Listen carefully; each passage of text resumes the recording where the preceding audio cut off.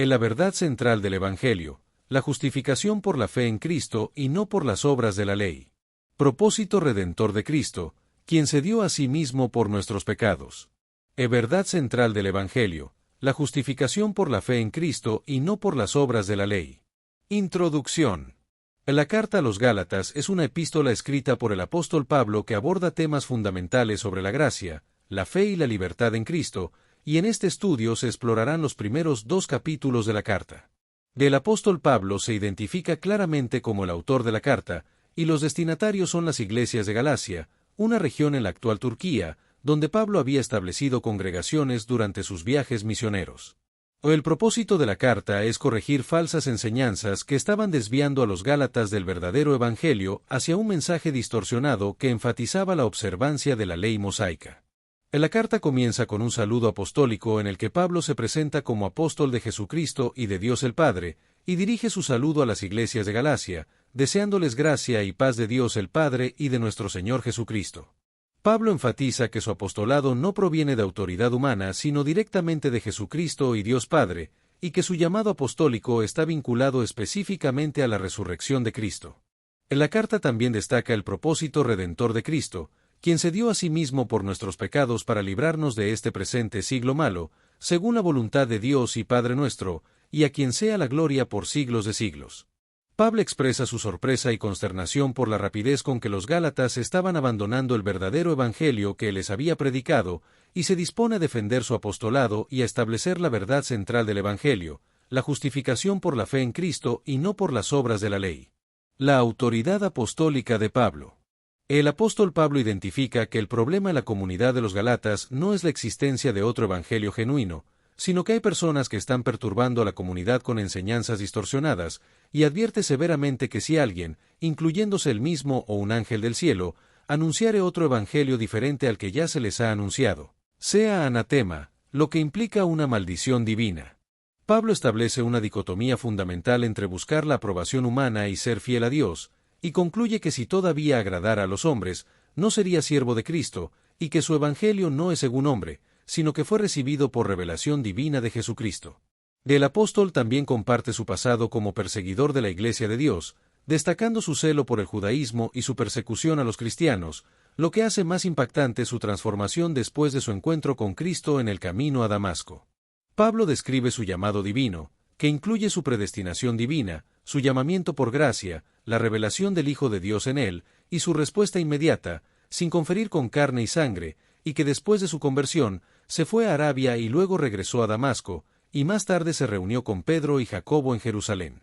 La visita de Pablo a Jerusalén fue breve, pero significativa, ya que se reunió con Pedro y estuvo con él durante 15 días, y también se reunió con Jacobo, el hermano del Señor, lo que fue importante para el reconocimiento de su ministerio entre los apóstoles originales, y Pablo aclara que su contacto con los apóstoles originales fue limitado, reforzando que su evangelio no dependía de la autoridad humana. La afirmación de veracidad de Pablo es un aspecto importante en su relato, ya que hace un juramento solemne sobre la veracidad de lo que escribe, mostrando la importancia de establecer la independencia de su apostolado. El ministerio inicial de Pablo se desarrolló en regiones alejadas de Jerusalén y del centro de la iglesia primitiva, específicamente las partes de Siria y de Cilicia, que incluía su ciudad natal, Tarso, donde regresó para comenzar su ministerio evangelístico. Pablo no era conocido personalmente por las iglesias de Judea, que eran en Cristo, lo que refuerza su argumento de que su evangelio y apostolado no dependían de la instrucción o autorización de la iglesia de Jerusalén, y solo habían oído hablar de él como alguien que había perseguido a los creyentes en el pasado. La transformación de Pablo es reconocida por las iglesias de Judea, que habían oído que el que en otro tiempo los perseguía ahora anuncia la fe que en otro tiempo destruía, y glorificaban a Dios en él, lo que muestra el impacto radical de su conversión. El primer y segundo viaje de Pablo a Jerusalén.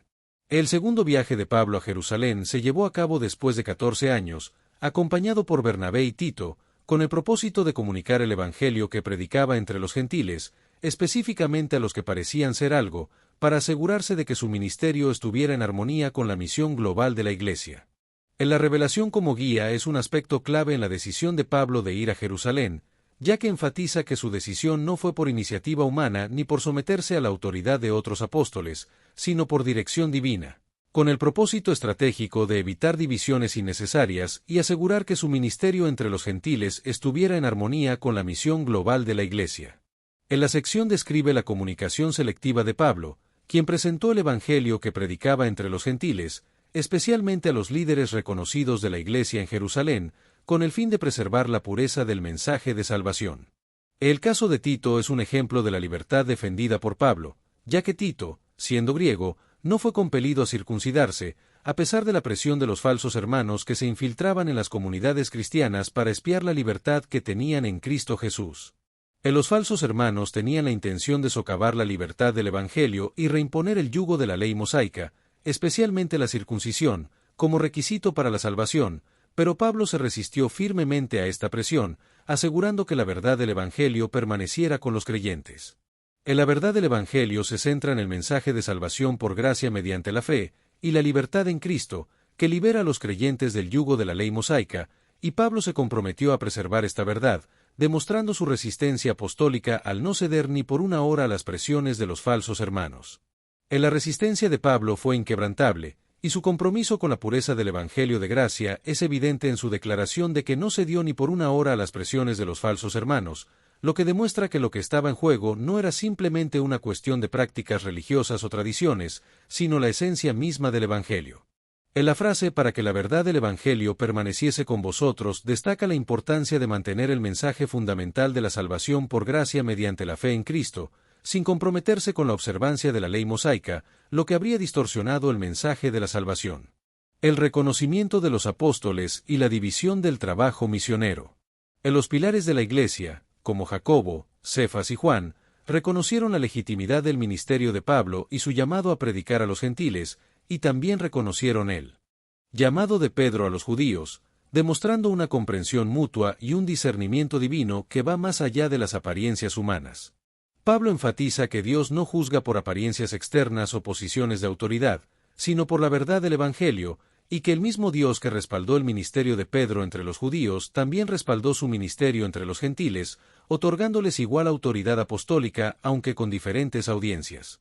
Los líderes de la Iglesia, como Jacobo, Cefas y Juan, demostraron una comunión fraternal al dar la bienvenida a Pablo y a Bernabé, y establecieron una división estratégica para que Pablo y Bernabé se enfocaran en la obra entre los gentiles, mientras que ellos se enfocaron en la obra entre los judíos. Los líderes de la Iglesia, como Jacobo, Cefas y Juan, son descritos como columnas de la Iglesia, cada uno con su propio rol y características, como la piedad y el respeto por la ley de Jacobo, el liderazgo de Cefas entre los judíos cristianos, y la cercanía de Juan con Jesús durante su ministerio terrenal. En la Iglesia primitiva tenía un círculo íntimo de líderes que incluía a Jacobo, Pedro y otros, y uno de los acuerdos que tenían era recordar a los pobres, lo que muestra la unidad en la caridad a pesar de las diferentes audiencias y enfoques ministeriales. La confrontación con Pedro en Antioquía. En Antioquía, Pedro inicialmente comía con los creyentes gentiles, reconociendo su igualdad en Cristo, pero cuando llegaron judíos cristianos desde Jerusalén,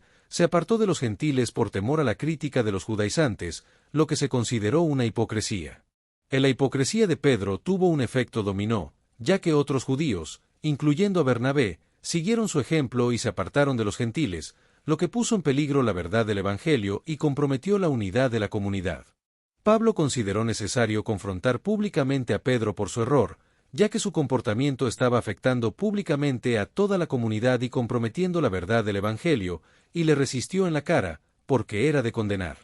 La confrontación pública de Pablo con Pedro fue un momento crucial en la Iglesia primitiva, ya que destacó la importancia de la unidad y la igualdad en Cristo, y recordó a los líderes que debían ser coherentes en su comportamiento y no dejar que la presión social los llevara a comprometer la verdad del Evangelio. El incidente en Antioquía también muestra que la preocupación por los necesitados unía a todos los apóstoles, y que la disposición previa de Pedro y otros líderes era hacer lo mismo que habían acordado, es decir, recordar a los pobres y mostrar unidad en la caridad.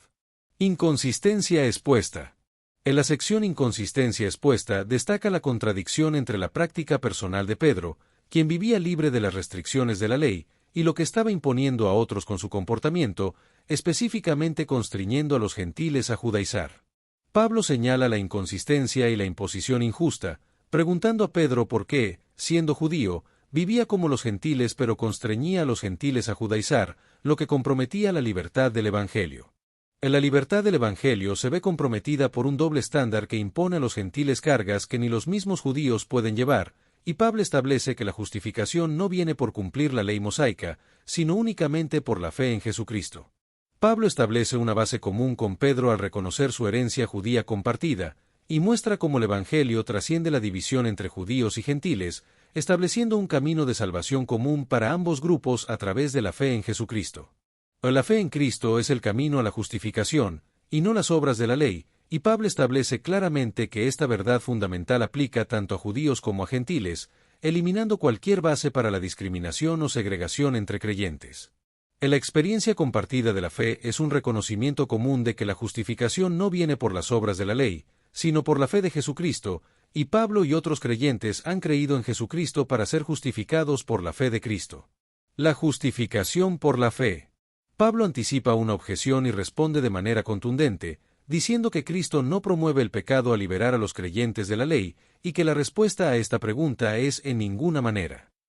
En la verdadera transgresión sería volver a establecer el sistema legal que Cristo vino a superar, como se menciona en la frase, porque si las cosas que destruí, las mismas vuelvo a edificar, transgresor me hago, lo que implica que la verdadera transgresión no está en abandonar la ley para seguir a Cristo, sino en volver a imponer la ley después de haber experimentado la libertad en Cristo. Pablo presenta una paradoja poderosa en la que la libertad en Cristo libera de la esclavitud de la ley, y retroceder a la ley después de haber experimentado esta libertad es contradecir el propósito mismo del Evangelio, como se expresa en la idea de que, muerto a la ley, vivo para Dios. En la muerte a la ley se entiende como una crucifixión con Cristo, en la que el creyente se identifica con la muerte de Cristo y reconoce que en la cruz murió no solo Jesús sino también el viejo yo dominado por el pecado y la ley, lo que da lugar a una nueva realidad en la que y vivo, no ya yo, mas vive Cristo en mí. En la vida cristiana se caracteriza por una transformación radical en la que Cristo mismo vive en el creyente, y la vida del creyente está ahora animada y dirigida por la fe en Cristo, como se expresa la frase, y lo que ahora vivo en la carne, lo vivo en la fe del Hijo de Dios. El amor sacrificial de Cristo es la base de la nueva vida del creyente y la motivación para vivir por fe, en gratitud por tan grande salvación, y se entiende como un acto voluntario de entrega, motivado por amor, en el que Cristo se entregó a sí mismo por cada creyente, incluyendo a Pablo mismo. La fe del creyente está anclada en el amor demostrado por Cristo en la cruz, y este amor personal y sacrificial es el fundamento de la nueva vida y la motivación para vivir por fe, como se expresa en la frase, el cual me amó, y se entregó a sí mismo por mí.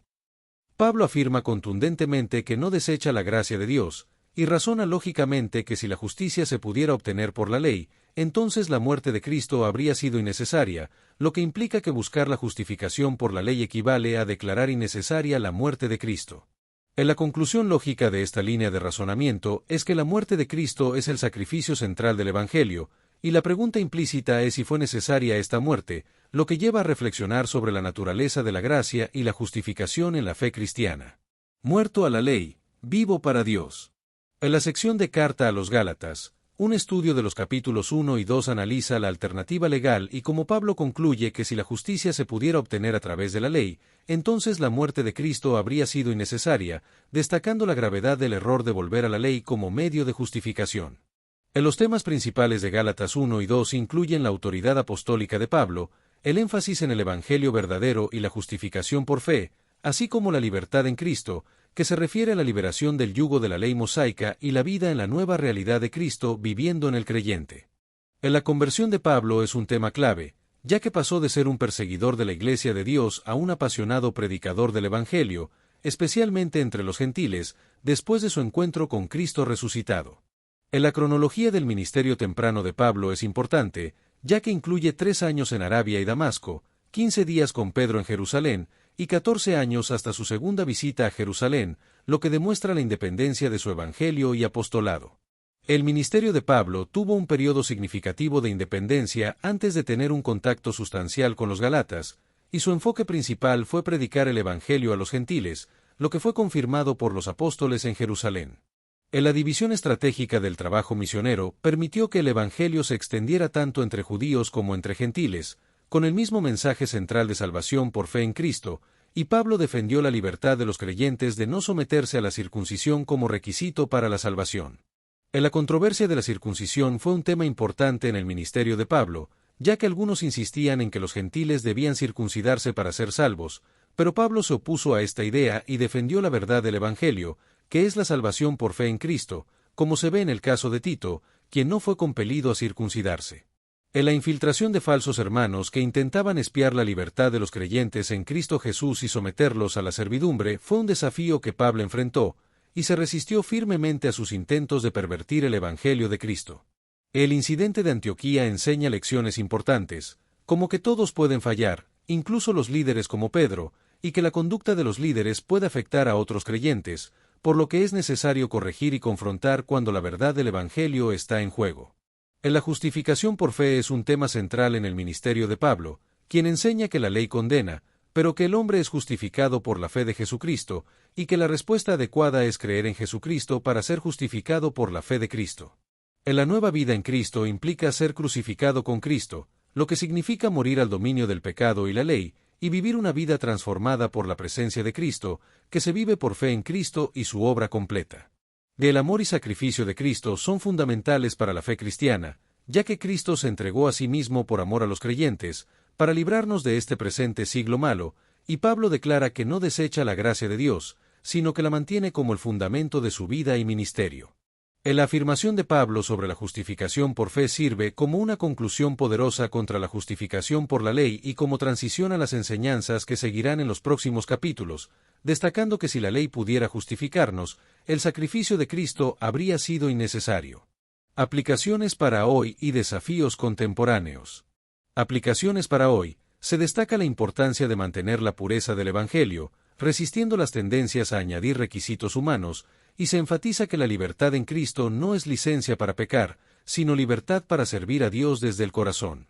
Desafíos contemporáneos aborda los desafíos actuales, como el legalismo moderno, la distorsión de la gracia y las divisiones culturales, que siguen siendo relevantes en la actualidad y requieren una respuesta adecuada por parte de las iglesias. El legado de Pablo se refleja en su teología fundacional, que ha sido fundamental para la teología cristiana a lo largo de los siglos, y en su influencia en la Reforma protestante, liderada por Martín Lutero, quien se basó en la carta a los Gálatas para redescubrir la doctrina de la justificación por fe. Conclusión.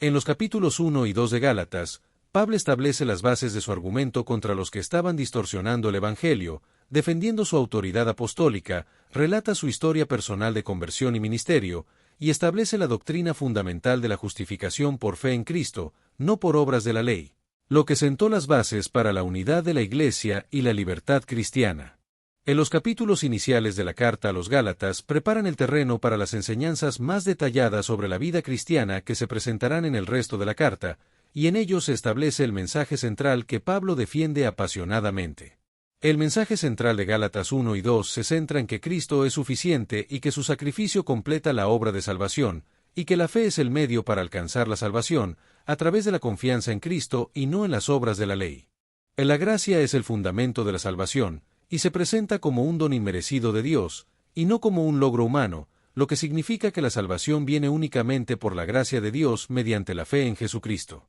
Pablo enfatiza que cualquier adición o modificación a este Evangelio constituye una distorsión inaceptable del mensaje que él recibió por revelación divina, y que la justificación por fe es el mensaje de libertad en Cristo que sigue siendo relevante hoy en día. El mensaje de Pablo se resume en que la salvación no se logra a través de la observancia de la ley mosaica ni por ninguna obra humana, y que si la justicia se pudiera lograr a través de la ley, entonces la muerte de Cristo habría sido en vano, como se establece en la frase «si por la ley fuese la justicia, entonces por demás murió Cristo».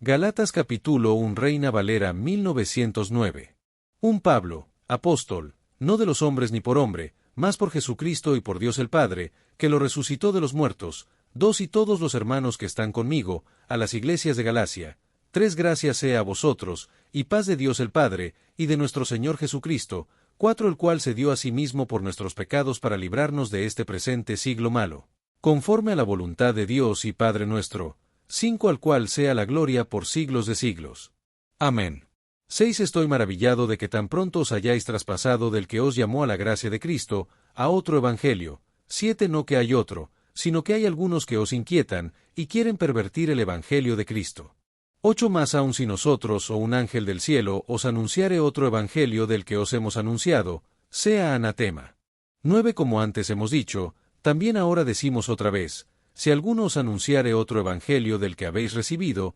sea anatema. 10 Porque, ¿persuado yo ahora a hombres o a Dios? ¿O busco de agradar a hombres? Cierto, que si todavía agradara a los hombres, no sería siervo de Cristo. 11 Más os hago saber, hermanos, que el evangelio que ha sido anunciado por mí, no es según hombre. 12 Pues ni yo lo recibí, ni lo aprendí de hombre, sino por revelación de Jesucristo.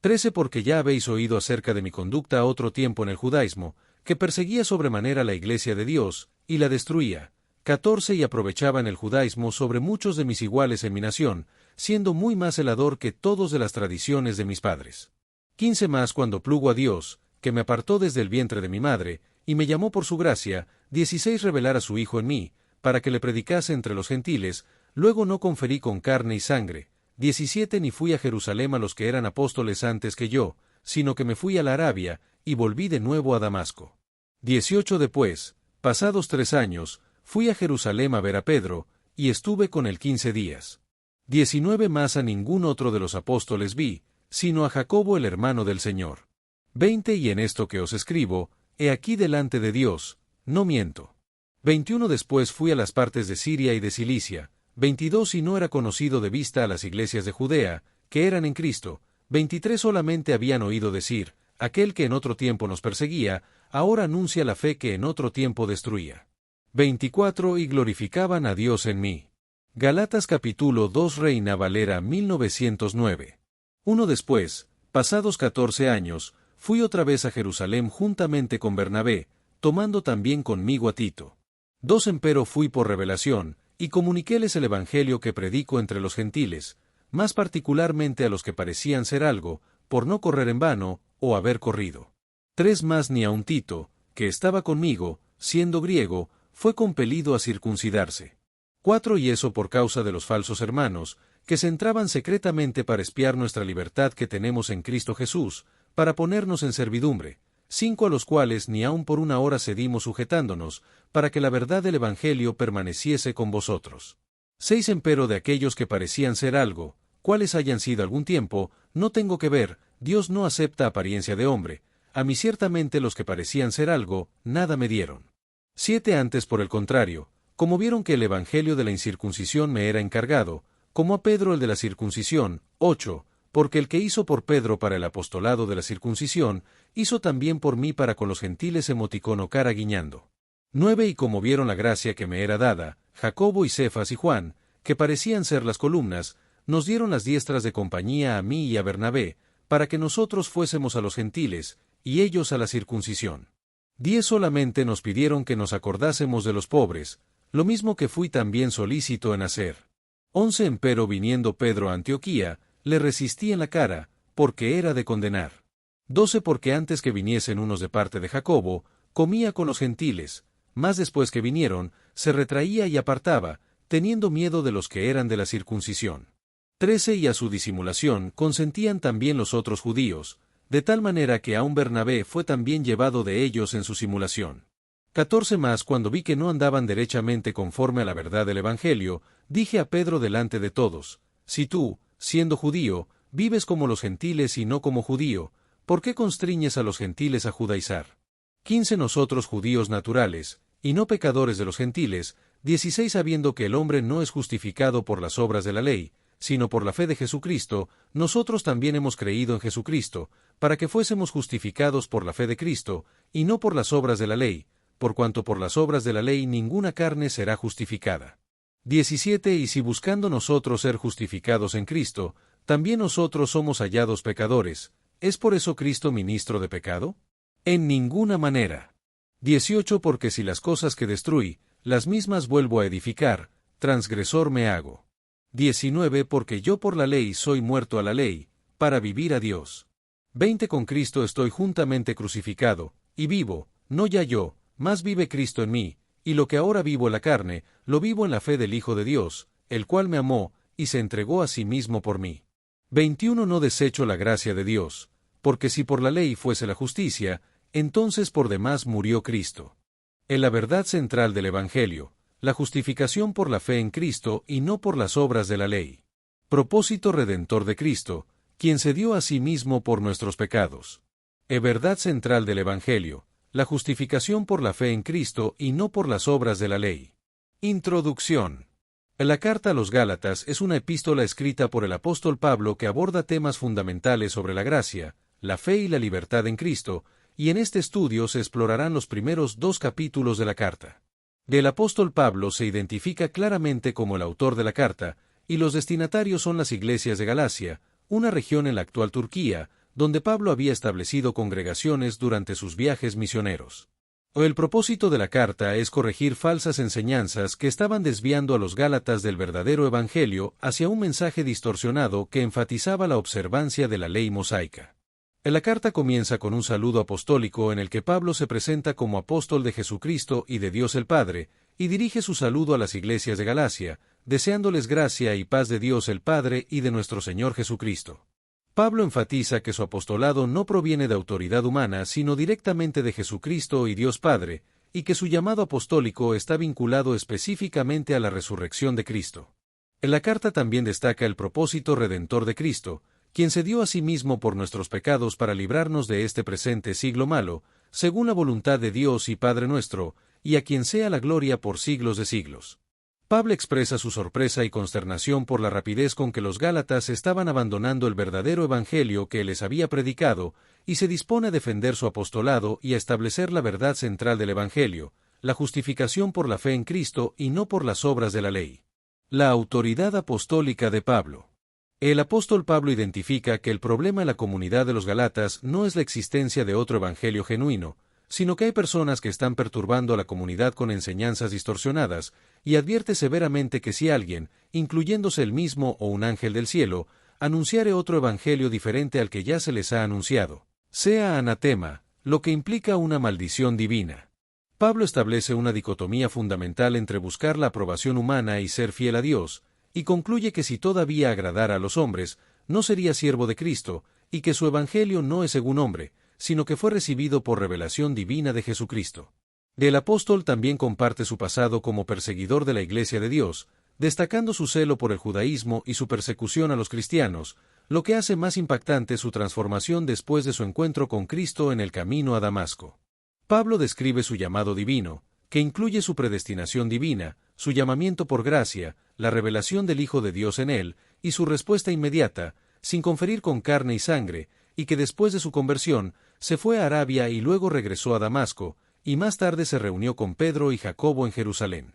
La visita de Pablo a Jerusalén fue breve, pero significativa, ya que se reunió con Pedro y estuvo con él durante 15 días, y también se reunió con Jacobo, el hermano del Señor, lo que fue importante para el reconocimiento de su ministerio entre los apóstoles originales, y Pablo aclara que su contacto con los apóstoles originales fue limitado, reforzando que su evangelio no dependía de la autoridad humana. La afirmación de veracidad de Pablo es un aspecto importante en su relato, ya que hace un juramento solemne sobre la veracidad de lo que escribe, mostrando la importancia de establecer la independencia de su apostolado. El ministerio inicial de Pablo se desarrolló en regiones alejadas de Jerusalén y del centro de la iglesia primitiva, específicamente las partes de Siria y de Cilicia, que incluía su ciudad natal, Tarso, donde regresó para comenzar su ministerio evangelístico. Pablo no era conocido personalmente por las iglesias de Judea, que eran en Cristo, lo que refuerza su argumento de que su evangelio y apostolado no dependían de la instrucción o autorización de la iglesia de Jerusalén, y solo habían oído hablar de él como alguien que había perseguido a los creyentes en el pasado. La transformación de Pablo es reconocida por las iglesias de Judea, que habían oído que el que en otro tiempo los perseguía ahora anuncia la fe que en otro tiempo destruía, y glorificaban a Dios en él, lo que muestra el impacto radical de su conversión. El primer y segundo viaje de Pablo a Jerusalén. El segundo viaje de Pablo a Jerusalén se llevó a cabo después de 14 años, acompañado por Bernabé y Tito, con el propósito de comunicar el evangelio que predicaba entre los gentiles, específicamente a los que parecían ser algo, para asegurarse de que su ministerio estuviera en armonía con la misión global de la Iglesia. La revelación como guía es un aspecto clave en la decisión de Pablo de ir a Jerusalén, ya que enfatiza que su decisión no fue por iniciativa humana ni por someterse a la autoridad de otros apóstoles, sino por dirección divina. con el propósito estratégico de evitar divisiones innecesarias y asegurar que su ministerio entre los gentiles estuviera en armonía con la misión global de la Iglesia. En la sección describe la comunicación selectiva de Pablo, quien presentó el Evangelio que predicaba entre los gentiles, especialmente a los líderes reconocidos de la Iglesia en Jerusalén, con el fin de preservar la pureza del mensaje de salvación. El caso de Tito es un ejemplo de la libertad defendida por Pablo, ya que Tito, siendo griego, no fue compelido a circuncidarse, a pesar de la presión de los falsos hermanos que se infiltraban en las comunidades cristianas para espiar la libertad que tenían en Cristo Jesús. Los falsos hermanos tenían la intención de socavar la libertad del Evangelio y reimponer el yugo de la ley mosaica, especialmente la circuncisión, como requisito para la salvación, pero Pablo se resistió firmemente a esta presión, asegurando que la verdad del Evangelio permaneciera con los creyentes. La verdad del Evangelio se centra en el mensaje de salvación por gracia mediante la fe, y la libertad en Cristo, que libera a los creyentes del yugo de la ley mosaica, y Pablo se comprometió a preservar esta verdad, demostrando su resistencia apostólica al no ceder ni por una hora a las presiones de los falsos hermanos. La resistencia de Pablo fue inquebrantable, y su compromiso con la pureza del Evangelio de gracia es evidente en su declaración de que no cedió ni por una hora a las presiones de los falsos hermanos, lo que demuestra que lo que estaba en juego no era simplemente una cuestión de prácticas religiosas o tradiciones, sino la esencia misma del Evangelio. En la frase para que la verdad del Evangelio permaneciese con vosotros destaca la importancia de mantener el mensaje fundamental de la salvación por gracia mediante la fe en Cristo, sin comprometerse con la observancia de la ley mosaica, lo que habría distorsionado el mensaje de la salvación. El reconocimiento de los apóstoles y la división del trabajo misionero. Los pilares de la Iglesia, como Jacobo, Cefas y Juan, reconocieron la legitimidad del ministerio de Pablo y su llamado a predicar a los gentiles, y también reconocieron el llamado de Pedro a los judíos, demostrando una comprensión mutua y un discernimiento divino que va más allá de las apariencias humanas. Pablo enfatiza que Dios no juzga por apariencias externas o posiciones de autoridad, sino por la verdad del Evangelio, y que el mismo Dios que respaldó el ministerio de Pedro entre los judíos también respaldó su ministerio entre los gentiles, otorgándoles igual autoridad apostólica aunque con diferentes audiencias. Los líderes de la Iglesia, como Jacobo, Cefas y Juan, demostraron una comunión fraternal al dar la bienvenida a Pablo y a Bernabé, y establecieron una división estratégica para que Pablo y Bernabé se enfocaran en la obra entre los gentiles, mientras que ellos se enfocaron en la obra entre los judíos. Los líderes de la Iglesia, como Jacobo, Cefas y Juan, son descritos como columnas de la Iglesia, cada uno con su propio rol y características, como la piedad y el respeto por la ley de Jacobo, el liderazgo de Cefas entre los judíos cristianos, y la cercanía de Juan con Jesús durante su ministerio terrenal. En la Iglesia primitiva tenía un círculo íntimo de líderes que incluía a Jacobo, Pedro y otros, y uno de los acuerdos que tenían era recordar a los pobres, lo que muestra la unidad en la caridad a pesar de las diferentes audiencias y enfoques ministeriales. La confrontación con Pedro en Antioquía. En Antioquía, Pedro inicialmente comía con los creyentes gentiles, reconociendo su igualdad en Cristo, pero cuando llegaron judíos cristianos desde Jerusalén, se apartó de los gentiles por temor a la crítica de los judaizantes, lo que se consideró una hipocresía. La hipocresía de Pedro tuvo un efecto dominó, ya que otros judíos, incluyendo a Bernabé, siguieron su ejemplo y se apartaron de los gentiles, lo que puso en peligro la verdad del Evangelio y comprometió la unidad de la comunidad.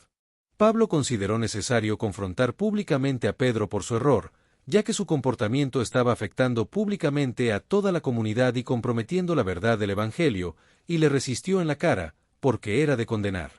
La confrontación pública de Pablo con Pedro fue un momento crucial en la Iglesia primitiva, ya que destacó la importancia de la unidad y la igualdad en Cristo, y recordó a los líderes que debían ser coherentes en su comportamiento y no dejar que la presión social los llevara a comprometer la verdad del Evangelio.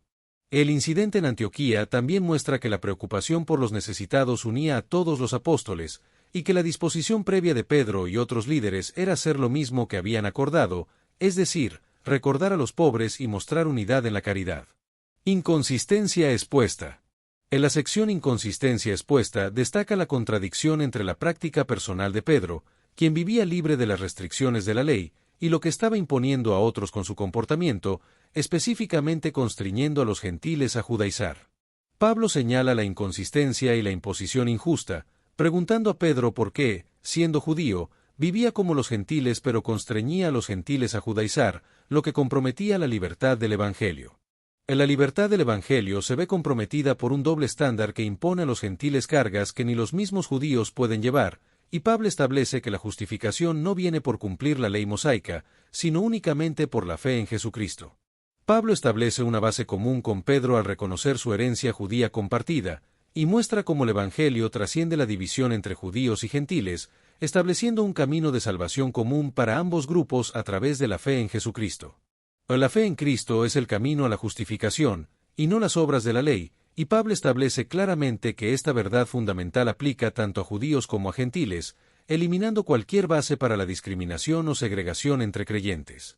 La experiencia compartida de la fe es un reconocimiento común de que la justificación no viene por las obras de la ley, sino por la fe de Jesucristo, y Pablo y otros creyentes han creído en Jesucristo para ser justificados por la fe de Cristo. La justificación por la fe. Pablo anticipa una objeción y responde de manera contundente, diciendo que Cristo no promueve el pecado al liberar a los creyentes de la ley, y que la respuesta a esta pregunta es en ninguna manera.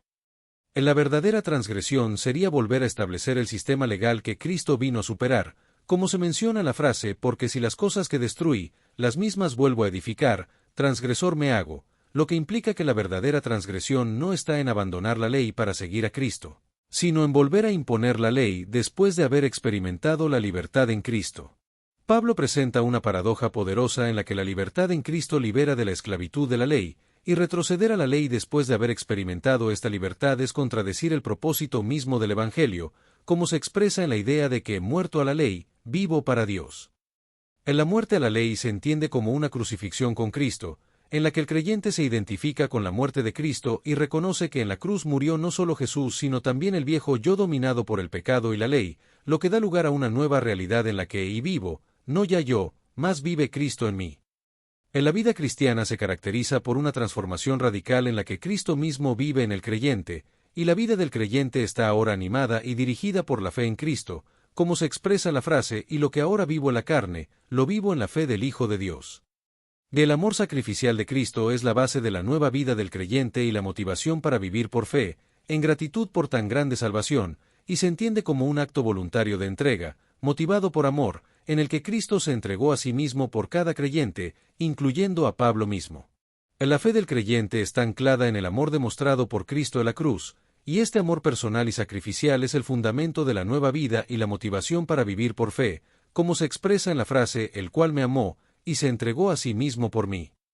Pablo afirma contundentemente que no desecha la gracia de Dios, y razona lógicamente que si la justicia se pudiera obtener por la ley, entonces la muerte de Cristo habría sido innecesaria, lo que implica que buscar la justificación por la ley equivale a declarar innecesaria la muerte de Cristo. La conclusión lógica de esta línea de razonamiento es que la muerte de Cristo es el sacrificio central del Evangelio, y la pregunta implícita es si fue necesaria esta muerte, lo que lleva a reflexionar sobre la naturaleza de la gracia y la justificación en la fe cristiana. Muerto a la ley, vivo para Dios. En la sección de Carta a los Gálatas, un estudio de los capítulos 1 y 2 analiza la alternativa legal y como Pablo concluye que si la justicia se pudiera obtener a través de la ley, entonces la muerte de Cristo habría sido innecesaria, destacando la gravedad del error de volver a la ley como medio de justificación. En los temas principales de Gálatas 1 y 2 incluyen la autoridad apostólica de Pablo, el énfasis en el Evangelio verdadero y la justificación por fe, así como la libertad en Cristo, que se refiere a la liberación del yugo de la ley mosaica y la vida en la nueva realidad de Cristo viviendo en el creyente. En la conversión de Pablo es un tema clave, ya que pasó de ser un perseguidor de la Iglesia de Dios a un apasionado predicador del Evangelio, especialmente entre los gentiles, después de su encuentro con Cristo resucitado. En la cronología del ministerio temprano de Pablo es importante, ya que incluye 3 años en Arabia y Damasco, 15 días con Pedro en Jerusalén, y 14 años hasta su segunda visita a Jerusalén, lo que demuestra la independencia de su evangelio y apostolado. El ministerio de Pablo tuvo un periodo significativo de independencia antes de tener un contacto sustancial con los Gálatas, y su enfoque principal fue predicar el evangelio a los gentiles, lo que fue confirmado por los apóstoles en Jerusalén. La división estratégica del trabajo misionero permitió que el evangelio se extendiera tanto entre judíos como entre gentiles, con el mismo mensaje central de salvación por fe en Cristo, y Pablo defendió la libertad de los creyentes de no someterse a la circuncisión como requisito para la salvación. En la controversia de la circuncisión fue un tema importante en el ministerio de Pablo, ya que algunos insistían en que los gentiles debían circuncidarse para ser salvos, pero Pablo se opuso a esta idea y defendió la verdad del Evangelio, que es la salvación por fe en Cristo, como se ve en el caso de Tito, quien no fue compelido a circuncidarse. En la infiltración de falsos hermanos que intentaban espiar la libertad de los creyentes en Cristo Jesús y someterlos a la servidumbre fue un desafío que Pablo enfrentó, y se resistió firmemente a sus intentos de pervertir el Evangelio de Cristo. El incidente de Antioquía enseña lecciones importantes, como que todos pueden fallar, incluso los líderes como Pedro, y que la conducta de los líderes puede afectar a otros creyentes, por lo que es necesario corregir y confrontar cuando la verdad del Evangelio está en juego. En la justificación por fe es un tema central en el ministerio de Pablo, quien enseña que la ley condena, pero que el hombre es justificado por la fe de Jesucristo, y que la respuesta adecuada es creer en Jesucristo para ser justificado por la fe de Cristo.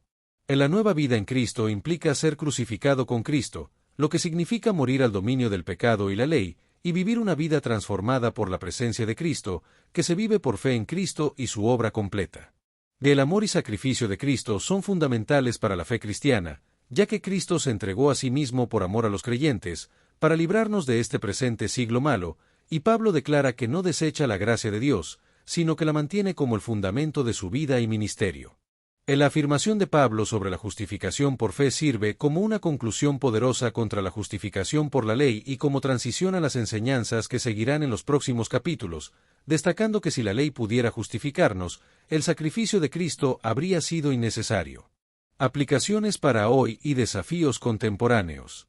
Aplicaciones para hoy. Se destaca la importancia de mantener la pureza del Evangelio, resistiendo las tendencias a añadir requisitos humanos, y se enfatiza que la libertad en Cristo no es licencia para pecar, sino libertad para servir a Dios desde el corazón.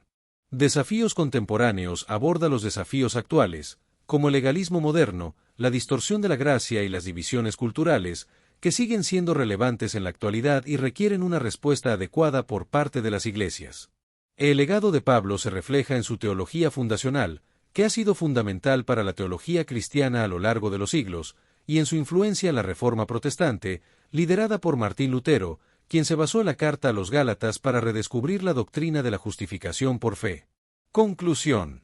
En los capítulos 1 y 2 de Gálatas, Pablo establece las bases de su argumento contra los que estaban distorsionando el Evangelio, defendiendo su autoridad apostólica, relata su historia personal de conversión y ministerio, y establece la doctrina fundamental de la justificación por fe en Cristo, no por obras de la ley, lo que sentó las bases para la unidad de la Iglesia y la libertad cristiana. En los capítulos iniciales de la Carta a los Gálatas preparan el terreno para las enseñanzas más detalladas sobre la vida cristiana que se presentarán en el resto de la carta, y en ellos se establece el mensaje central que Pablo defiende apasionadamente. El mensaje central de Gálatas 1 y 2 se centra en que Cristo es suficiente y que su sacrificio completa la obra de salvación, y que la fe es el medio para alcanzar la salvación, a través de la confianza en Cristo y no en las obras de la ley. La gracia es el fundamento de la salvación, y se presenta como un don inmerecido de Dios, y no como un logro humano, lo que significa que la salvación viene únicamente por la gracia de Dios mediante la fe en Jesucristo. Pablo enfatiza que cualquier adición o modificación a este Evangelio constituye una distorsión inaceptable del mensaje que él recibió por revelación divina, y que la justificación por fe es el mensaje de libertad en Cristo que sigue siendo relevante hoy en día. El mensaje de Pablo se resume en que la salvación no se logra a través de la observancia de la ley mosaica ni por ninguna obra humana, y que si la justicia se pudiera lograr a través de la ley, entonces la muerte de Cristo habría sido en vano, como se establece en la frase «si por la ley fuese la justicia, entonces por demás murió Cristo». Galatas capítulo 1 Reina Valera 1909. Un Pablo, apóstol, no de los hombres ni por hombre, mas por Jesucristo y por Dios el Padre, que lo resucitó de los muertos, 2 y todos los hermanos que están conmigo, a las iglesias de Galacia, 3 gracias sea a vosotros, y paz de Dios el Padre, y de nuestro Señor Jesucristo, 4 el cual se dio a sí mismo por nuestros pecados para librarnos de este presente siglo malo, conforme a la voluntad de Dios y Padre nuestro, 5 al cual sea la gloria por siglos de siglos. Amén. 6 Estoy maravillado de que tan pronto os hayáis traspasado del que os llamó a la gracia de Cristo, a otro evangelio. 7 No que hay otro, sino que hay algunos que os inquietan, y quieren pervertir el evangelio de Cristo.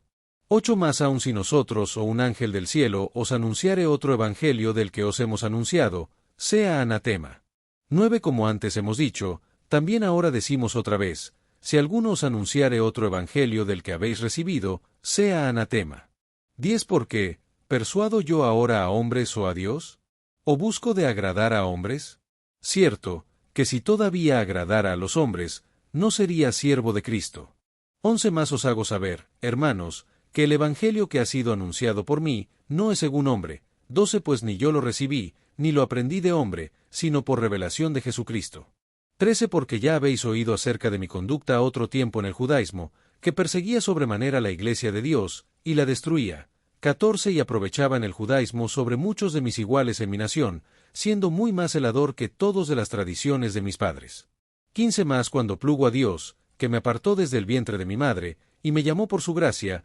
16 Revelar a su Hijo en mí, para que le predicase entre los gentiles, luego no conferí con carne y sangre. 17 Ni fui a Jerusalén a los que eran apóstoles antes que yo, sino que me fui a la Arabia, y volví de nuevo a Damasco. 18 Después, pasados 3 años, fui a Jerusalén a ver a Pedro, y estuve con él 15 días. 19 Más a ningún otro de los apóstoles vi, sino a Jacobo el hermano del Señor. 20 Y en esto que os escribo, he aquí delante de Dios, no miento. 21 Después fui a las partes de Siria y de Cilicia. 22 Y no era conocido de vista a las iglesias de Judea, que eran en Cristo. 23 Solamente habían oído decir, aquel que en otro tiempo nos perseguía, ahora anuncia la fe que en otro tiempo destruía. 24 Y glorificaban a Dios en mí. Galatas capítulo 2 Reina Valera 1909. 1 Después, pasados 14 años, fui otra vez a Jerusalén juntamente con Bernabé, tomando también conmigo a Tito. 2 Empero fui por revelación, y comuniquéles el evangelio que predico entre los gentiles, más particularmente a los que parecían ser algo, por no correr en vano, o haber corrido. 3 Más ni aun Tito, que estaba conmigo, siendo griego, fue compelido a circuncidarse. 4 Y eso por causa de los falsos hermanos, que se entraban secretamente para espiar nuestra libertad que tenemos en Cristo Jesús, para ponernos en servidumbre. 5 A los cuales ni aun por una hora cedimos sujetándonos, para que la verdad del Evangelio permaneciese con vosotros. 6 Empero de aquellos que parecían ser algo, cuales hayan sido algún tiempo, no tengo que ver, Dios no acepta apariencia de hombre, a mí ciertamente los que parecían ser algo, nada me dieron. 7 Antes por el contrario, como vieron que el Evangelio de la incircuncisión me era encargado, como a Pedro el de la circuncisión. 8 Porque el que hizo por Pedro para el apostolado de la circuncisión, hizo también por mí para con los gentiles emoticono cara guiñando. 9 Y como vieron la gracia que me era dada, Jacobo y Cefas y Juan, que parecían ser las columnas, nos dieron las diestras de compañía a mí y a Bernabé, para que nosotros fuésemos a los gentiles, y ellos a la circuncisión. 10 Solamente nos pidieron que nos acordásemos de los pobres, lo mismo que fui también solícito en hacer.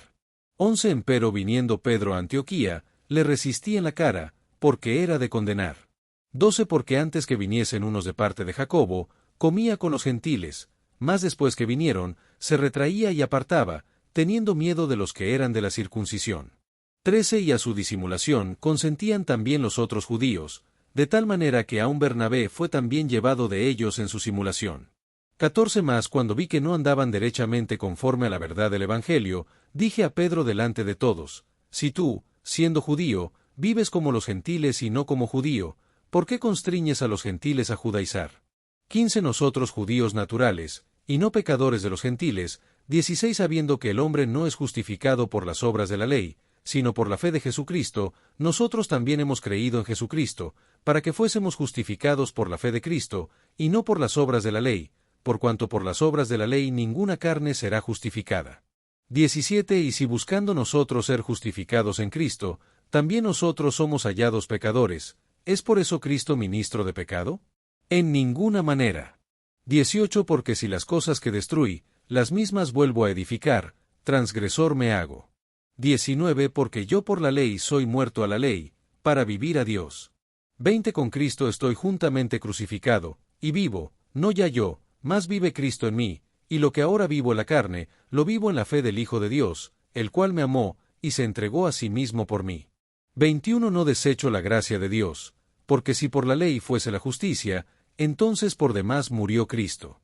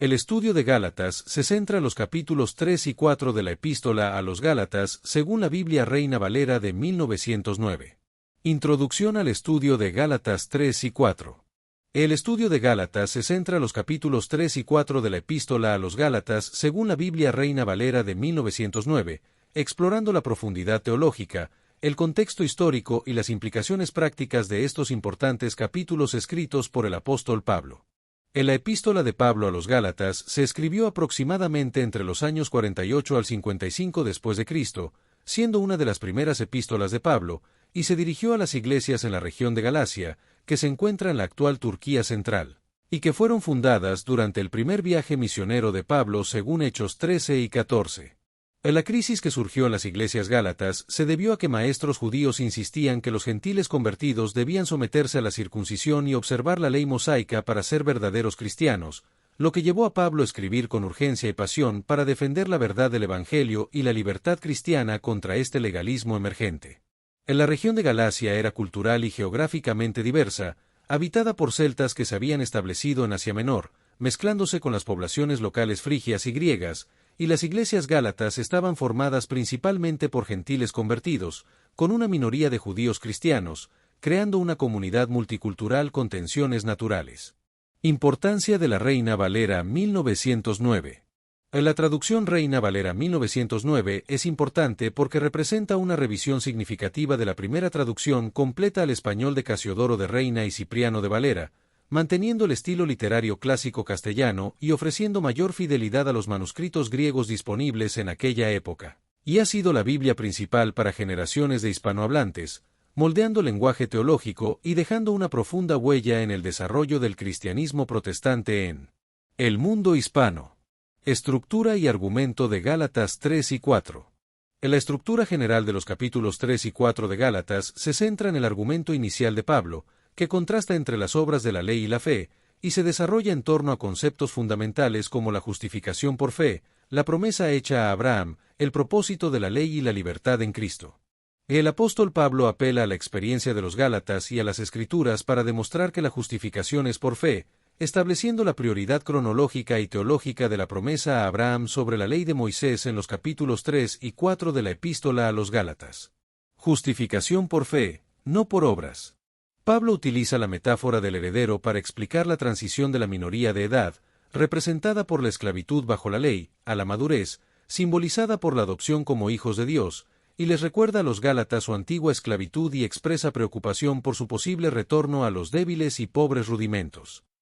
La ley y la promesa, según Pablo, no se contradicen, sino que tienen propósitos distintos en el plan divino, siendo la ley dada temporalmente para revelar el pecado, mientras que la promesa establece el camino permanente de salvación por la fe, como se establece en Gálatas 3, 21 y 3, 29. Pablo argumenta que la ley fue añadida por causa de las transgresiones, funcionó como ayo o tutor hasta la venida de Cristo, y no puede justificar al pecador, mientras que la promesa fue dada originalmente a Abraham, se basa en la fe y no en obras, se cumplió en Cristo, y extiende la bendición a todos los creyentes. En el versículo 3, 1, Pablo utiliza un lenguaje emocional pero preciso para despertar a los Gálatas de su engaño espiritual, apelando a la predicación vívida que habían recibido y utilizando el término griego evaskanen para describir la fascinación espiritual que los había llevado a abandonar la verdad del Evangelio. Pablo desarrolla un argumento sistemático contra la justificación por obras, apelando a la experiencia de los Gálatas,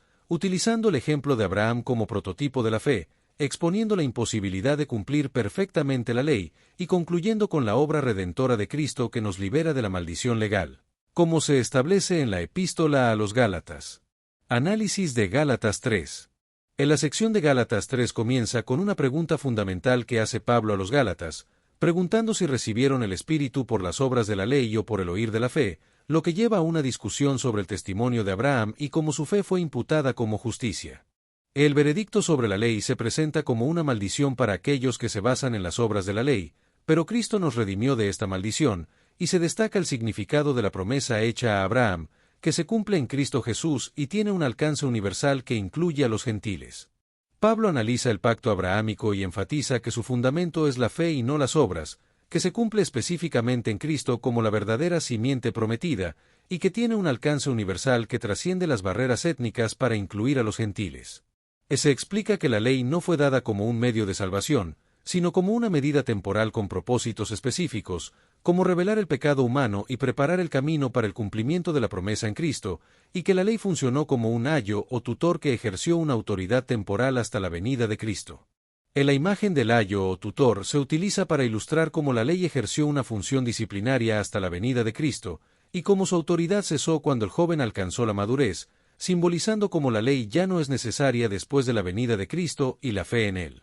La ley impone restricciones externas y señala las faltas, pero no puede transformar internamente ni otorgar la justicia que solo viene por la fe en Cristo, quien es el cumplimiento de la promesa y la simiente a la que se refiere la Biblia en Gálatas 3, 16.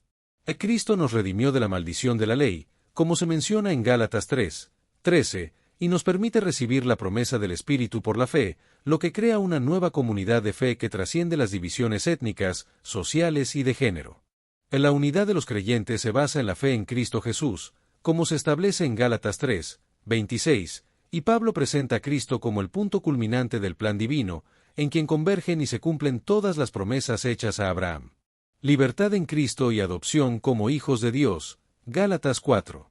La libertad espiritual en Cristo es multidimensional e incluye la liberación de la esclavitud a la ley como sistema de justificación, el fin de las divisiones sociales, étnicas y de género, y una nueva identidad como hijos y herederos de Dios, como se menciona en Gálatas 4, 7. Pablo enfatiza que esta libertad debe ser vivida en comunidad, reconociendo la igualdad fundamental de todos los creyentes en Cristo, y que no es libertinaje moral, sino la capacidad de servir a Dios desde una relación filial basada en el amor y no en el temor al castigo. El concepto de adopción como hijos de Dios se ilustra a través de la metáfora legal romana de la adopción, donde Dios envió a su Hijo para redimir a los que estaban bajo la ley y para que recibieran la adopción de hijos, como se establece en Gálatas 4, 5. En la manifestación del Espíritu en los corazones de los creyentes es un resultado de la adopción, y se caracteriza por el clamor de Abba, Padre, como se menciona en Gálatas 4, 6, lo que refleja la nueva relación filial y la libertad espiritual que se tiene en Cristo. En la cultura romana, la adopción otorgaba al adoptado todos los derechos y privilegios de un hijo biológico, incluyendo la herencia completa y la extinción de todas las deudas y obligaciones anteriores, lo que se relaciona con la comparación que Pablo establece entre la esclavitud bajo la ley y la libertad en Cristo. En la esclavitud bajo la ley se caracteriza por una relación de temor y obligación con Dios, mientras que la libertad en Cristo se caracteriza por una relación filial, íntima y segura basada en la obra completa de Cristo y el testimonio interno del Espíritu, como se ve en la comparación entre como siervos temerosos y como hijos amados. Alegoría de Sara y Agar, Gálatas 4, 21 al 31. Pablo utiliza una interpretación alegórica de la historia de Abraham para ilustrar la relación entre los dos pactos divinos, donde el pacto del Sinaí se representa por Agar, quien engendra para servidumbre y corresponde a la Jerusalén terrenal, mientras que el pacto de la promesa se representa por Sara, quien engendra para libertad y corresponde a la Jerusalén celestial. En la alegoría paulina identifica el monte Sinaí con Agar, la esclava egipcia, sugiriendo que el pacto del Sinaí genera una relación de servidumbre, mientras que la libertad en Cristo se caracteriza por una relación de hijos amados, como se ve en la frase «Ya no eres más siervo, sino hijo».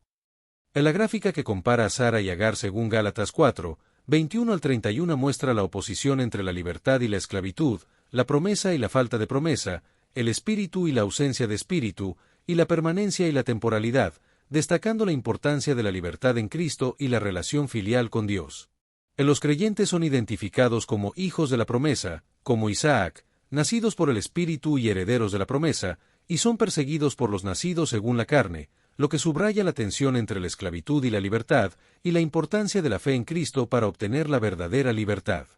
La mujer libre, Sara, representa el pacto de la promesa basado en la fe, que engendra hijos libres nacidos según el Espíritu, mientras que la esclava, Agar, representa el pacto del Sinaí que engendra para servidumbre a hijos nacidos según la carne. Y Pablo reinterpreta radicalmente la historia patriarcal para mostrar que los verdaderos descendientes de Abraham no son los judíos étnicos, sino los creyentes en Cristo. En la Jerusalén terrenal se describe como el centro del judaísmo legalista, la sede de las autoridades que rechazaron a Cristo, y representa el sistema religioso basado en obras, mientras que la Jerusalén celestial es una realidad espiritual trascendente, la morada de Dios y de los redimidos, y representa el nuevo pacto de gracia, siendo la madre espiritual de todos los creyentes. El antítesis entre las dos Jerusalenes confronta directamente el argumento de los judaizantes, quienes promovían la conexión con la Jerusalén terrenal a través de la observancia de la ley, y Pablo reorienta la lealtad de los Gálatas hacia la Jerusalén celestial como su verdadera madre espiritual.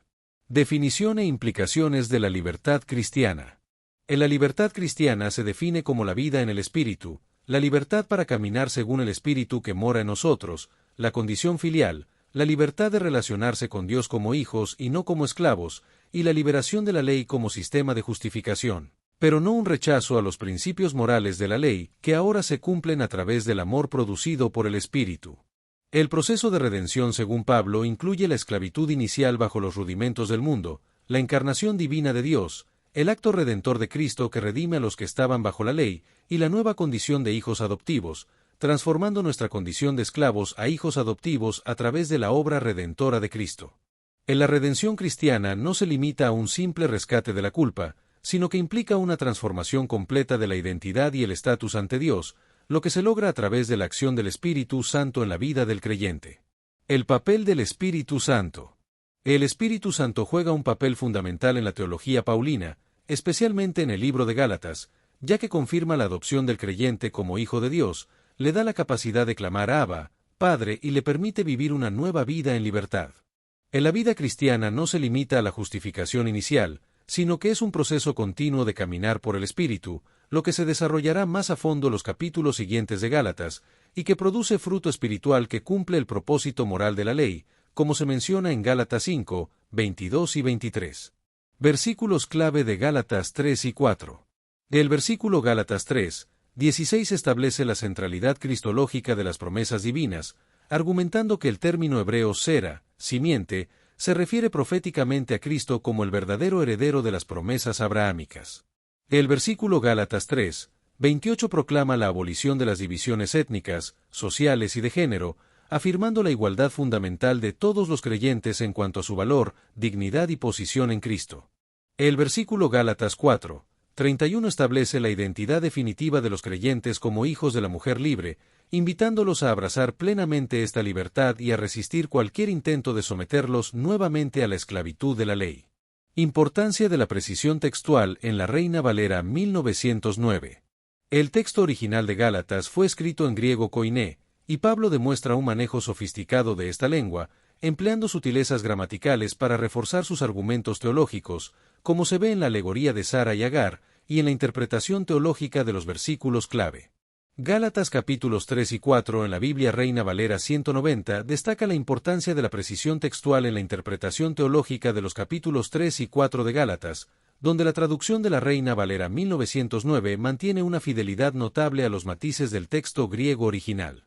Entre los elementos lingüísticos notables de la traducción de la Reina Valera 1909 se encuentran el uso del tiempo perfecto en 3, 1, la distinción entre singular y plural en 3, 16, y el cambio entre voz activa y pasiva para enfatizar la iniciativa divina en el proceso de salvación.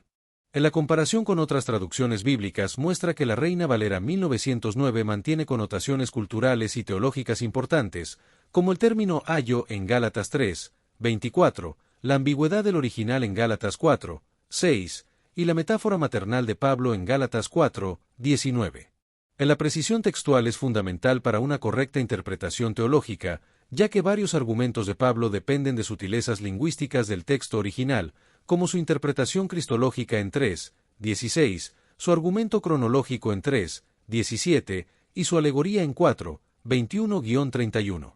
Hermenéutica de Gálatas 3 y 4. En la hermenéutica de Gálatas 3 y 4 requiere considerar el contexto histórico-cultural de la controversia judaizante, la naturaleza retórica de los argumentos de Pablo, y el trasfondo veterotestamentario de conceptos como promesa, ley, pacto y libertad. Y un principio hermenéutico clave es reconocer cuando Pablo emplea alegorías y distinguir entre sus aplicaciones específicas y los principios teológicos universales.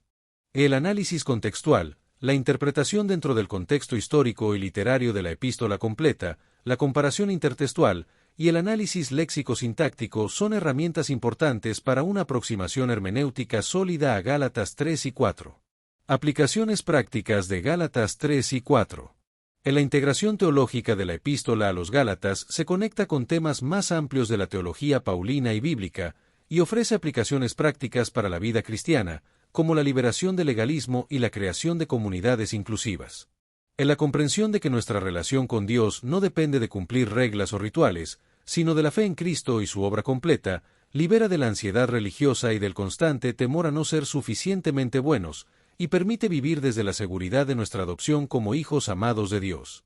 El concepto de fe en la epístola a los Gálatas es una confianza activa en Cristo y su obra redentora que transforma toda la existencia, y se expresa en una vida guiada por el Espíritu que naturalmente produce frutos de justicia, como se menciona en Gálatas 3, 2, 2, 16, 3, 14 y 3, 11, citando Habacuc 2, 4. En la superación del legalismo religioso es un tema clave en la epístola, y Pablo combate el legalismo que se manifiesta en formas sutiles, como confiar en prácticas religiosas para ganar el favor de Dios, juzgar la espiritualidad por estándares externos, o añadir requisitos humanos al Evangelio, y ofrece un equilibrio entre los extremos del legalismo y el libertinaje, destacando que la libertad cristiana es la capacidad de servir a Dios desde el amor y no desde el temor. En la seguridad en Cristo es fundamental para superar el legalismo, y Pablo enfatiza que somos justificados por fe, y que esta fe se expresa en una vida guiada por el Espíritu, lo que permite vivir con confianza y seguridad en la relación filial con Dios,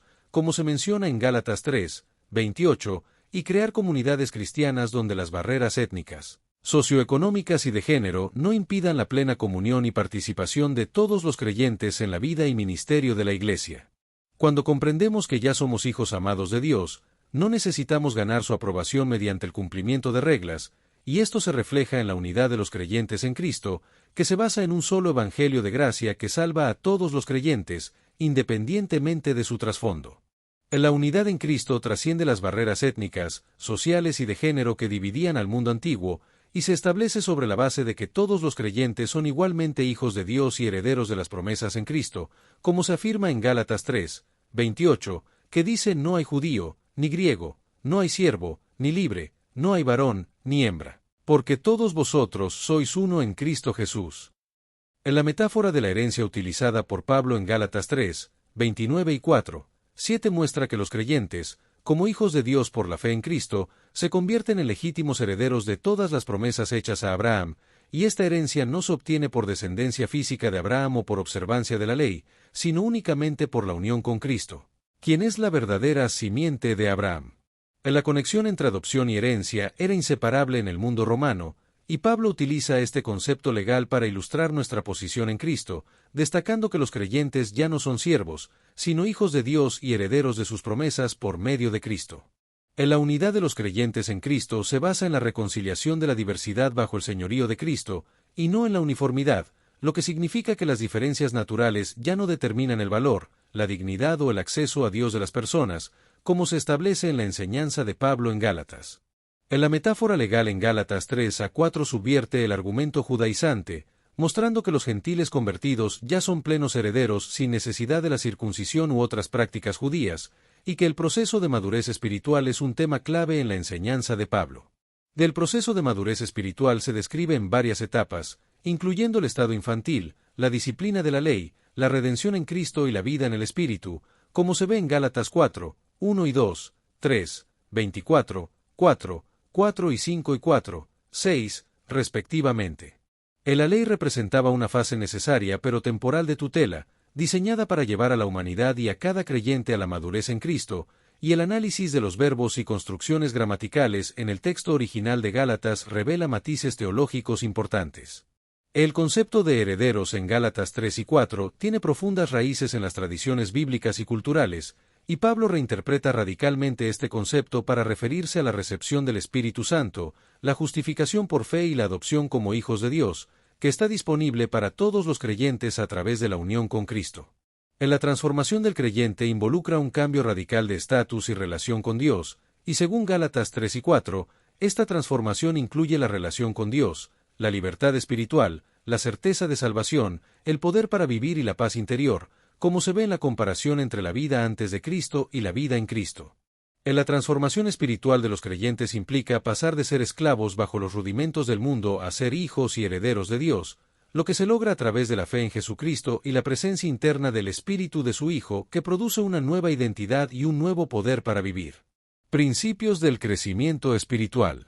El crecimiento espiritual se basa en principios como el fundamento de fe, donde el hombre no es justificado por las obras de la ley, sino por la fe de Jesucristo, y la identidad como hijos de Dios, que se confirma internamente por el testimonio del Espíritu. La gracia divina es un don inmerecido que se manifestó en el envío de Jesucristo para redimirnos y adoptarnos como hijos, y se opone al mérito y a las obras como sistemas mutuamente excluyentes de relacionarse con Dios. La gracia se expresa en las promesas incondicionales de Dios, que no dependen del cumplimiento humano, y se recibe únicamente mediante la fe, no por obras meritorias, como se establece en Gálatas 3:12, donde se dice que la ley no es de fe, sino, el hombre que los hiciere, vivirá en ellos. De la esclavitud a la libertad. El camino de la esclavitud a la libertad implica un proceso divino e histórico que involucra la iniciativa de Dios, la obra redentora de Cristo, y la respuesta de fe del creyente, como se describe en Gálatas 4:3-5, donde se establece que Dios envió a su Hijo para redimir a los que estaban bajo la ley. La permanencia en la libertad se logra estando firmes en la libertad con que Cristo nos hizo libres, y no volviendo a ser presos en el yugo de servidumbre, como se establece en Gálatas 5:1, donde se dice que estad, pues, firmes en la libertad con que Cristo nos hizo libres, y no volváis otra vez a ser presos en el yugo de servidumbre. Contexto histórico y literario de Gálatas. El proceso de conversión a la fe cristiana no es solo un cambio de estado legal, sino una transformación profunda de identidad y relación con Dios, y para entender este proceso es fundamental considerar el contexto histórico y literario en el que se escribió la Epístola a los Gálatas. La Epístola a los Gálatas se escribió en un contexto de controversia judaizante, en el que maestros insistían en que los gentiles convertidos debían circuncidarse y observar la ley mosaica, lo que generó tensiones entre cristianos judíos y gentiles, y confusión sobre el papel de la ley en la vida cristiana. En los capítulos 3 y 4 de la Epístola a los Gálatas deben interpretarse como parte del argumento global de la Epístola, en el que Pablo establece su autoridad apostólica, desarrolla su defensa teológica y explora las implicaciones prácticas de la fe cristiana. Y es importante considerar la relación con secciones anteriores y la preparación para aplicaciones posteriores para evitar interpretaciones anacrópicas o descontextualizadas. En la teología de la Epístola a los Gálatas se construye sobre fundamentos interconectados que sostienen su mensaje central de libertad en Cristo, incluyendo la suficiencia absoluta de la muerte y resurrección de Cristo para la salvación, la primacía de la promesa sobre la ley y la justificación por fe en Cristo. En la Epístola a los Gálatas también refleja elementos culturales del tiempo de Pablo, como la adopción romana, el concepto de adopción como hijos, la figura del pedagogo griego y la herencia patriarcal, que se utilizan para ilustrar la relación entre Dios y los creyentes, y la libertad y la responsabilidad que conlleva ser hijos de Dios. Justificación por fe y reinterpretación del concepto de hijos y herederos. La justificación por fe en Cristo es un tema central en la Epístola a los Gálatas, y se establece que la justificación viene exclusivamente por la fe en Cristo, no por obras de la ley, y que esta justificación por fe está arraigada en la promesa hecha a Abraham, que precede y trasciende la ley mosaica. En la reinterpretación de Pablo del concepto cultural de hijos y herederos espirituales en Cristo incluye tanto a hombres como a mujeres, lo que ofrece una visión más amplia y liberadora de la salvación. El mensaje de justificación por fe en Gálatas es relevante en la actualidad, ya que ofrece una alternativa a las tradiciones religiosas que enfatizan los rituales y las obras como medios de salvación, y en su lugar se basa en la gracia de Dios y la obra completa de Cristo. En la afirmación de que en Cristo no hay judío ni griego, esclavo ni libre, varón ni hembra continúa desafiando las divisiones étnicas, sociales y de género que persisten en nuestras sociedades y comunidades religiosas, y ofrece una visión de la identidad personal fundamentada en nuestra relación con Dios como hijos adoptados y amados. Perspectivas contemporáneas sobre Gálatas. En la nueva perspectiva sobre Pablo cuestiona la interpretación tradicional de obras de la ley como esfuerzos humanos para ganar la salvación, y en su lugar sugiere que Pablo se refería principalmente a las prácticas distintivas judías como marcadores de identidad étnica. Investigaciones sobre el judaísmo del Segundo Templo han llevado a reconsiderar contra quién exactamente argumentaba Pablo y qué aspectos de la teología judaizante estaba rechazando, lo que ha llevado a una reinterpretación contextual del texto paulino. Interpretaciones feministas, liberacionistas y poscoloniales han encontrado en Gálatas 3:28 un fundamento para cuestionar jerarquías tradicionales dentro de las iglesias, enfatizando las implicaciones radicales de la igualdad en Cristo para las estructuras sociales contemporáneas. Simbolismo en Gálatas 3 a 4.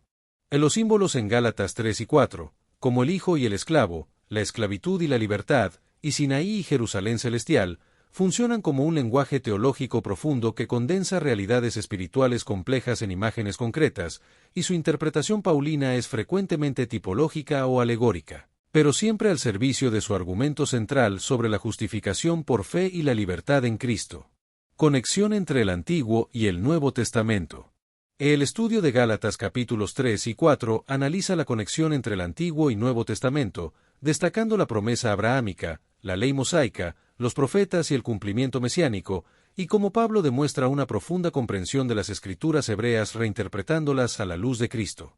La promesa divina a Abraham es un tema central, y Pablo destaca tres aspectos cruciales: su prioridad cronológica sobre la ley, su especificidad cristológica dirigida a la simiente que es Cristo, y su universalidad inclusiva abarcando a todas las naciones que creen, lo que establece que la promesa a Abraham es un pacto completo e inmutable que no requiere la adición posterior de requisitos legales para su cumplimiento. La fe es presentada como el único medio apropiado para recibir la justificación, en contraste directo con las obras de la ley, y se destaca que la fe no es simplemente un asentimiento intelectual, sino una confianza relacional en Cristo y su obra redentora, que produce una transformación interna por el Espíritu y nos identifica con Cristo.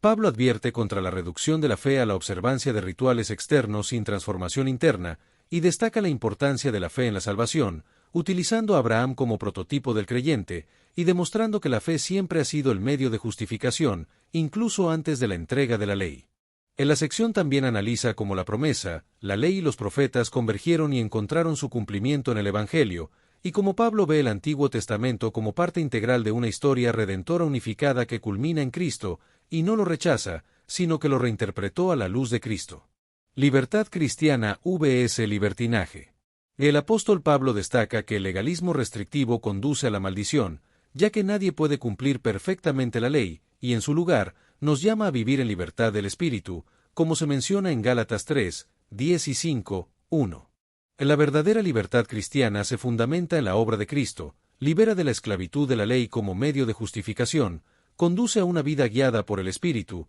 se manifiesta en servicio amoroso a los demás y mantiene el propósito moral de la ley, como se explica en Gálatas 5, 1.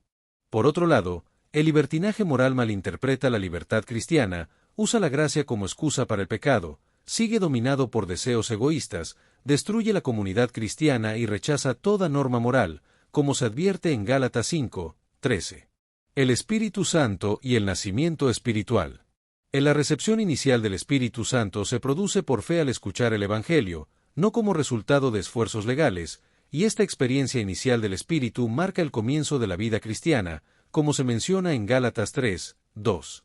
En la vida cristiana debe continuar en la misma dependencia del Espíritu con que comenzó, y cualquier intento de perfeccionarnos por esfuerzo propio representa un retroceso espiritual, como se explica en Gálatas 3, 3. El nacimiento espiritual identifica a los creyentes con Isaac como hijos de la promesa, destinados a la libertad, y se produce en contraste con el nacimiento según la carne, como se menciona en Gálatas 4, 29. Unidad en Cristo y superación de divisiones.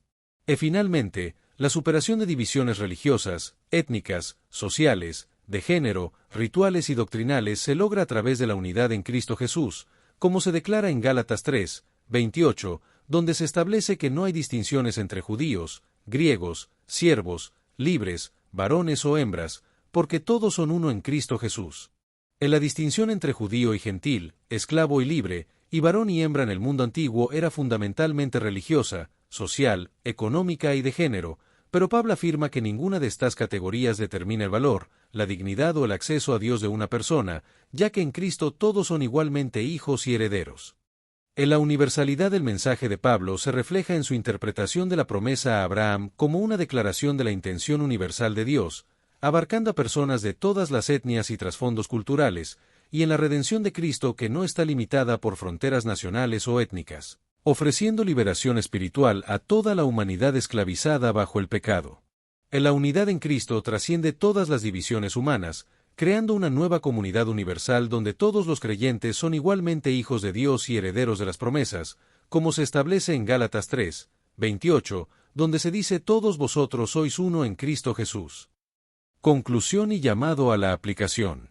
En los capítulos 3 y 4 de Gálatas presentan uno de los argumentos teológicos más sistemáticos y profundos de Pablo sobre la justificación por fe, estableciendo la prioridad de la promesa sobre la ley, la centralidad de Cristo como cumplimiento de las promesas abrahámicas y la libertad espiritual como esencia de la vida cristiana. En la visión de Pablo de una comunidad donde no hay judío ni griego, esclavo ni libre, varón ni hembra, continúa desafiando a la Iglesia a superar divisiones y jerarquías que contradicen nuestra unidad fundamental en Cristo, y su mensaje tiene un impacto eclesial y histórico significativo en la expansión global del cristianismo. Los creyentes deben confiar en la obra completa de Cristo, abrazar su identidad como hijos de Dios, defender la libertad cristiana, promover la unidad en diversidad y vivir por el Espíritu, dependiendo continuamente del Espíritu Santo y rechazando los intentos de perfeccionarse mediante esfuerzos propios o reglas externas. La encarnación, vida perfecta, muerte expiatoria y resurrección de Cristo cumplen la promesa a Abraham, satisfacen la exigencia de la ley y hacen posible nuestra adopción como hijos de Dios a través de la fe en Él, y no por la observancia de la ley. La justificación por la fe en Cristo establece una distinción fundamental entre dos caminos mutuamente excluyentes, uno basado en la gracia y la promesa, y otro en el esfuerzo humano y el mérito, siendo la fe en Cristo el camino exclusivo para la justificación. El Espíritu Santo es tanto la señal como el agente de nuestra adopción como hijos de Dios, produciendo internamente el testimonio de nuestra filiación y externamente los frutos que cumplen el propósito moral de la ley desde la libertad, y no desde la obligación. En Cristo, recibimos una nueva identidad como hijos y herederos de Dios, pertenecientes a una nueva comunidad donde las divisiones tradicionales ya no definen nuestro valor o posición, y esta identidad trasciende todas las categorías humanas. El estudio de Gálatas 3 y 4 nos invita a reflexionar sobre nuestra motivación espiritual, nuestra vida comunitaria y nuestra relación con Dios, preguntándonos si nuestra relación con Él está basada en el temor o en el amor y la gratitud, y si estamos viviendo en la plena libertad que Cristo ganó para nosotros. En la epístola a los Gálatas nos desafía a evaluar nuestras actitudes y prácticas, y a considerar si estamos imponiendo requisitos adicionales no bíblicos para la aceptación plena en nuestra comunidad de fe, y a aplicar el principio de Gálatas 3, 28 en nuestra iglesia y comunidad. Se nos invita a profundizar en el estudio bíblico a través de la lectura contextual de la epístola a los Gálatas, el estudio intertextual de los pasajes del Antiguo Testamento citados por Pablo, la reflexión comunitaria en un grupo de estudio bíblico y la aplicación orante para que el Espíritu Santo aplique las verdades de Gálatas a nuestra vida diaria. El objetivo final de este estudio es encontrarse con el Dios vivo que se revela en las Escrituras y ser transformado cada vez más a la imagen de Cristo, y se nos anima a continuar explorando los capítulos de Gálatas y otras epístolas paulinas, como Romanos, que desarrollan temas similares sobre la justificación por fe. Gálatas capítulo 3 Reina Valera 1909. 1 o Gálatas insensatos. ¿Quién os fascinó, para no obedecer a la verdad, ante cuyos ojos Jesucristo fue ya descrito como crucificado entre vosotros? 2 Esto solo quiero saber de vosotros. ¿Recibisteis el Espíritu por las obras de la ley, o por el oír de la fe? 3 ¿Tan necios sois? Habiendo comenzado por el Espíritu, ¿ahora os perfeccionáis por la carne? 4 ¿Tantas cosas habéis padecido en vano? Si empero en vano. 5 Aquel, pues, que os daba el Espíritu, y obraba maravillas entre vosotros, ¿hacíalo por las obras de la ley, o por el oír de la fe? 6 Como Abraham creyó a Dios, y le fue imputado a justicia. 7 Sabéis por tanto, que los que son de fe, los tales son hijos de Abraham. 8 Y viendo antes la Escritura que Dios por la fe había de justificar a los gentiles, evangelizó antes a Abraham, diciendo, en ti serán benditas todas las naciones. 9 Luego los de la fe son benditos con el creyente Abraham. 10 Porque todos los que son de las obras de la ley, están bajo de maldición. Porque escrito está, maldito todo aquel que no permaneciere en todas las cosas que están escritas en el libro de la ley, para hacerlas. 11 Más por cuanto por la ley ninguno se justifica para con Dios, queda manifiesto, que el justo por la fe vivirá. 12 La ley también no es de la fe, sino, el hombre que los hiciere, vivirá en ellos. 13 Cristo nos redimió de la maldición de la ley, hecho por nosotros maldición, porque está escrito, maldito cualquiera que es colgado en madero, emoticono cara sonriente. 14 Para que la bendición de Abraham fuese sobre los gentiles en Cristo Jesús, para que por la fe recibamos la promesa del Espíritu. 15 Hermanos, hablo como hombre, aunque un pacto sea de hombre, con todo, siendo confirmado, nadie lo cancela o le añade. 16 A Abraham fueron hechas las promesas, y a su simiente. No dice, y a las simientes, como de muchos, sino como de uno, y a tu simiente, la cual es Cristo. 17 Esto pues digo, que el contrato confirmado de Dios para con Cristo, la ley que fue hecha 430 años después, no lo abroga, para invalidar la promesa. 18 Porque si la herencia es por la ley, ya no es por la promesa, empero Dios por la promesa hizo la donación a Abraham. 19 Pues ¿de qué sirve la ley? Fue puesta por causa de las rebeliones, hasta que viniese la simiente a quien fue hecha la promesa, ordenada aquella por los ángeles en la mano de un mediador. 20 Y el mediador no es de uno, pero Dios es uno. 21 ¿Luego la ley es contra las promesas de Dios? En ninguna manera, porque si la ley dada pudiera vivificar, la justicia fuera verdaderamente por la ley.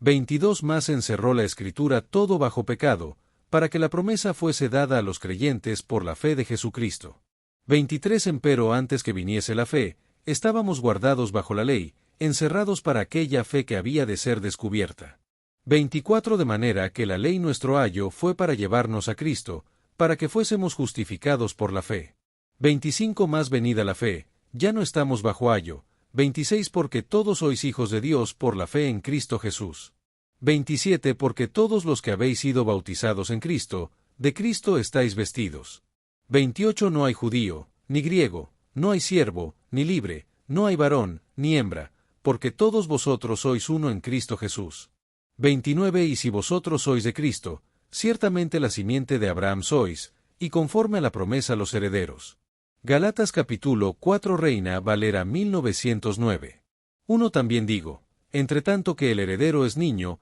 en nada difiere del siervo, aunque es señor de todo. 2 Más está debajo de tutores y curadores hasta el tiempo señalado por el Padre. 3 Así también nosotros, cuando éramos niños, éramos siervos bajo los rudimentos del mundo. 4 Más venido el cumplimiento del tiempo, Dios envió su Hijo, hecho de mujer, hecho súbdito a la ley. 5 Para que redimiese a los que estaban debajo de la ley, a fin de que recibiésemos la adopción de hijos. 6 Y por cuanto sois hijos, Dios envió el Espíritu de su Hijo en vuestros corazones, el cual clama, Abba, Padre. 7 Así que ya no eres más siervo, sino hijo, y si hijo, también heredero de Dios por Cristo. 8 Antes, en otro tiempo, no conociendo Dios, servíais a los que por naturaleza no son dioses. 9 Más ahora, habiendo conocido a Dios, o más bien, siendo conocidos de Dios, ¿cómo os volvéis de nuevo a los flacos y pobres rudimentos, en los cuales queréis volver a servir? 10 Guardáis los días, y los meses, y los tiempos, y los años.